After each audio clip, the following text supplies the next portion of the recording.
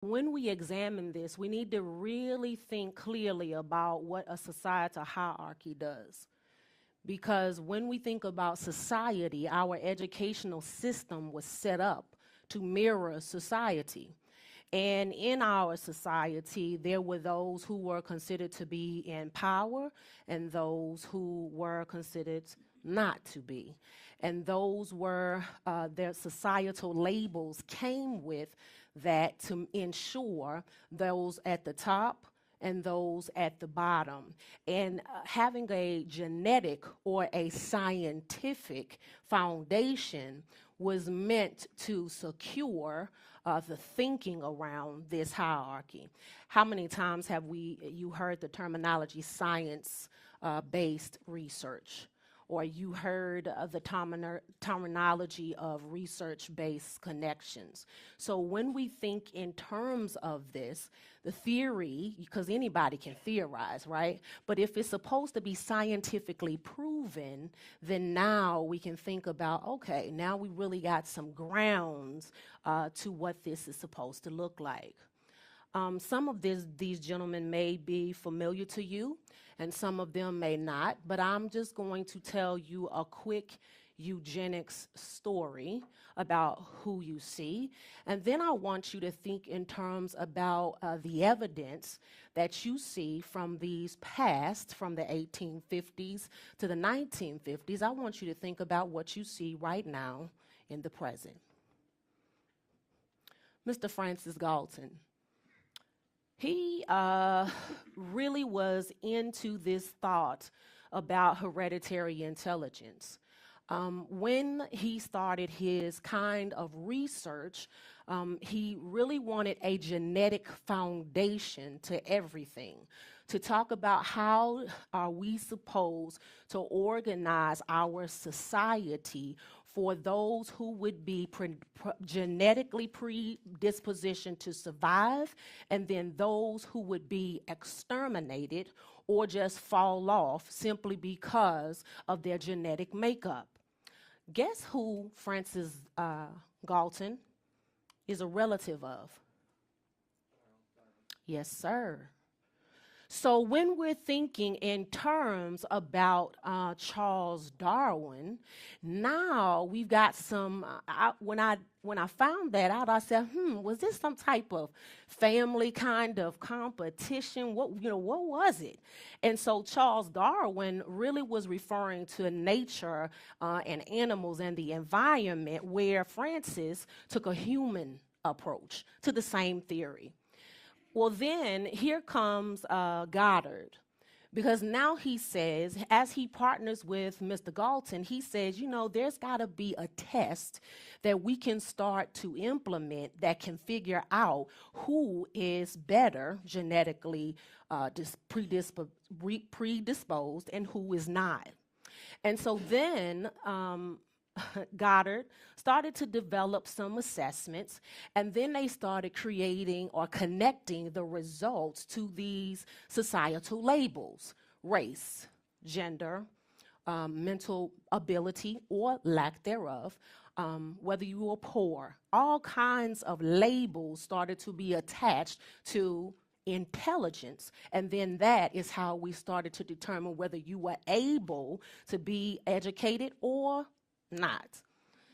Now we go over here to Mr. Spearman, and what was interesting about him is that he was an actual scientist. Neither of these two were. This scientist set out to create a theory of general intelligence, to say people had some general notions of intelligence as they were born, and then he started to conduct some scientific experiments to prove hereditary intelligence. Here's what's interesting.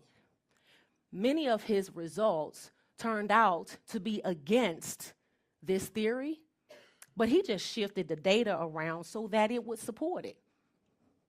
So although his results didn't support it, he came up with this general intelligence theory and then perpetuated this hereditary intelligence piece. Now, here's Alfred Binet. So he was over in Europe, And then in Europe, they started to figure out that some students were able to respond during core instruction, and then there were some who were in need of intervention. What assessment can we give to determine where they are so that we can figure out what enrichment exercises, intervention exercises that we can give to them? Do you see the difference in that thinking? Okay, so Simon Binet set out to do this because they were determined to help and support students to transition from needing intervention services to core. Does this sound familiar? Okay. So, but here goes Mr. Terman. Mr. Terman comes to Stanford and wants to do some PhD work. And so then he takes Binet, the Simon Binet assessment, and flips it around and calls it the Stanford Binet. You know the test, don't you? Okay, so as he started thinking about this, then he wants to set up a bench line, a benchmark, a baseline. And he says that it's going to be called IQ. And so either you are here, and there's a formula that we can use to determine if you are here, and if you are above, guess what you are? Gifted.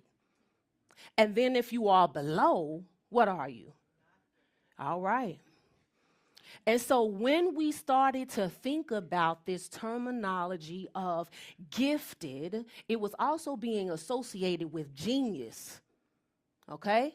And then now we had those who were average, and then anybody else was below average. Now think about this, because you see a color code here, don't you? They all believe in the same foundational pieces of eugenics. So now, here comes Mr. Brigham. You know him? Guess what he created? Yeah, SAT. And so then, as he started to do this, he said, okay, well, this test can keep people out of school, period. This test can keep people out of college and certain careers. So then what we'll do is not only create SAT, but then now when we start finding out that people are in this gifted genius range, guess what else I'm going to create? AP. Do we have any evidence of this continuing today? Perpetuation or interruption is my question. So when you think of the system design, now think about this, about what we just said. 2 places eugenics was popularized.